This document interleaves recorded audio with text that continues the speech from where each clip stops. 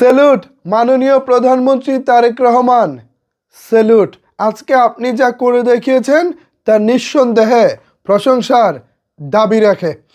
বাংলাদেশের প্রধানমন্ত্রী হিসেবে আজকেই প্রথমবারের মতো অফিস করেছেন প্রধানমন্ত্রী তারেক রহমান। অফিস শেষে বাড়ি ফেরার পথে মাঝ রাস্তায় তিনি যা করেছেন তা নিঃসন্দেহে প্রশংসার দাবি রাখে। কি করেছেন প্রধানমন্ত্রী তারেক রহমান? এই যে দেখুন, আপনারা এখানে একটি ভিডিও দেখতে পাচ্ছেন। এই ভিডিওটি হচ্ছে কারওয়ান বাজার মোড়ের সিগন্যাল পয়েন্টের ভিডিও।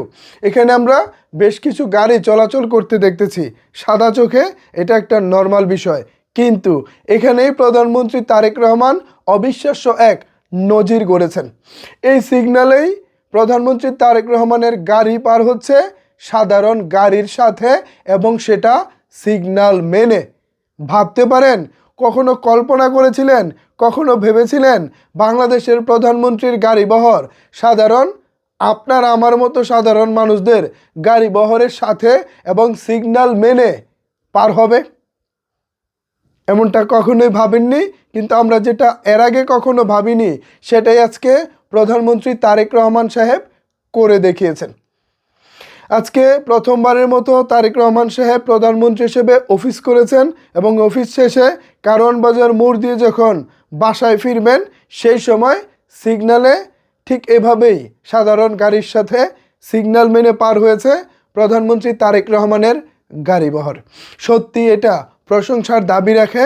এখন অনেকেই বলতেছে এটা দেখানোর জন্য তারেক রহমান করেছেন, এটা জাস্ট একটা লুক দেখানো, এটা আজকে প্রথমবার তিনি করেছেন, সামনে হয়তো করবেন না, এরকম অনেক কথা অনেকে বলবেন। ভাই, আমার কথা হচ্ছে তিনি তো শুরু করেছেন।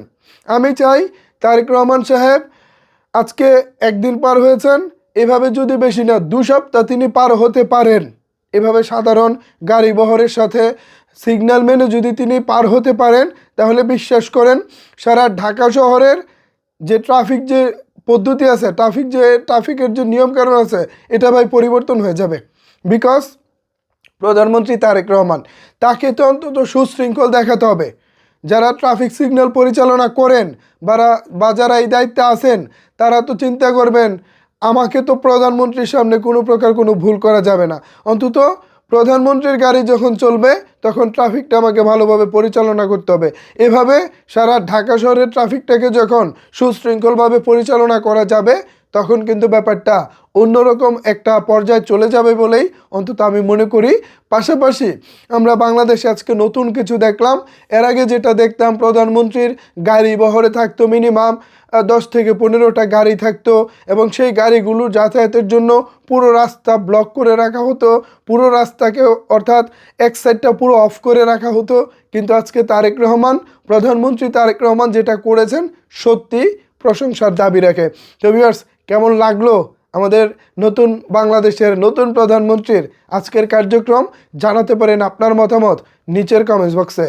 ধন্যবাদ সবাইকে এতক্ষণ আমার সাথে থাকার জন্য।